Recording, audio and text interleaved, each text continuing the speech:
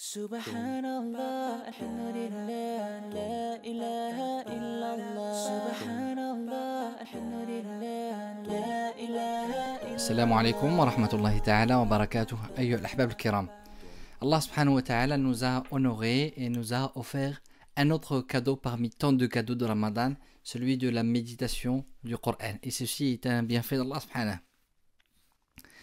Et la méditation au début de Ramadan, elle n'est pas comparable à cette méditation que nous avons en fin de Ramadan, une méditation profonde, sensible, qui a évolué car notre iman, notre foi a augmenté et nous sommes rapprochés du Coran, de la parole d'Allah Azza wa Jal. Donc notre écoute du Coran est différente et notre compréhension du Coran est plus sensible. Notre cœur réagit au Coran. Alhamdulillah. Allah subhanahu wa ta'ala a commandé à Moussa alayhi salam de venir à un endroit.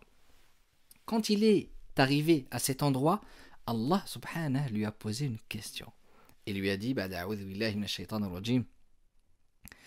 وَمَا أَعْجَلَكَ عَنْ قَوْمِكَ يَا مُوسَى قَالَ هُمْ أُولَئِكَ عَلَى أَثَرِي وَعَجِلْتُ إِلَيْكَ رَبِّ لِتَرْضَى. Et je me suis hâté vers toi, ô mon Seigneur, afin que tu sois satisfait de moi. Ibn Abbas radiallahu anhu veut nous pousser à la réflexion. Et il nous dit, pourquoi donc Dieu a posé la question à Moussa alors qu'il connaissait la réponse? Il lui a posé la question pour honorer Moussa de cette belle réponse. Et je me suis hâté vers toi, ô mon Seigneur, pour que tu sois satisfait de moi.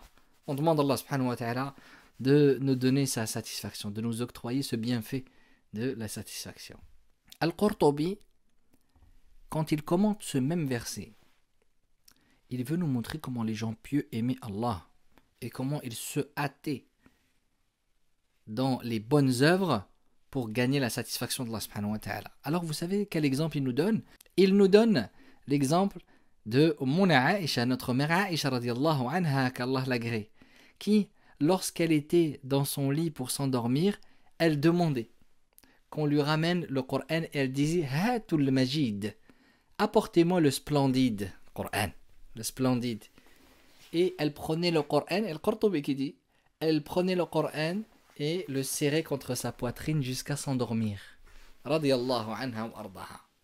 Ainsi, les pieux prédécesseurs aimaient la parole d'Allah Azza wa Jal, aimaient Allah et se hâtaient dans les bonnes œuvres, et nous devons faire de même. La note pratique de la soirée. Hier, nous avons parlé de la prière sur le prophète sallallahu alayhi wa sallam. Aujourd'hui, on va évoquer deux éléments rapides. Le premier, al-istighfar.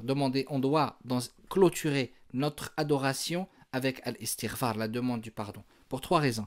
La première, pour ne pas être atteint d'orgueil quand on va voir le montagne d'adoration et de belles actions que nous avons fait, alors nous ne devons pas être atteints d'orgueil. C'est pour cela qu'on va dire al-istighfar. Deuxièmement,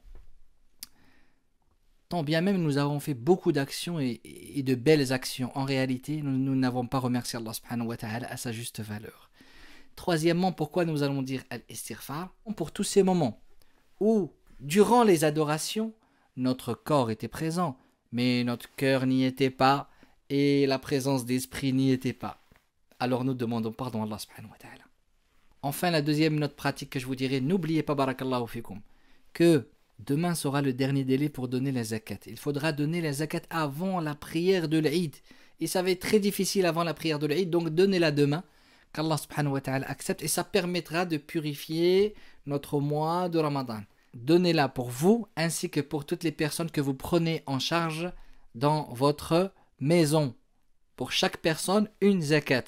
Taqabbalallahu minna wa minkum, qu'Allah subhanahu wa ta'ala accepte de nous ces belles adorations. Assalamu alaikum wa rahmatullahi ta'ala wa barakatuh.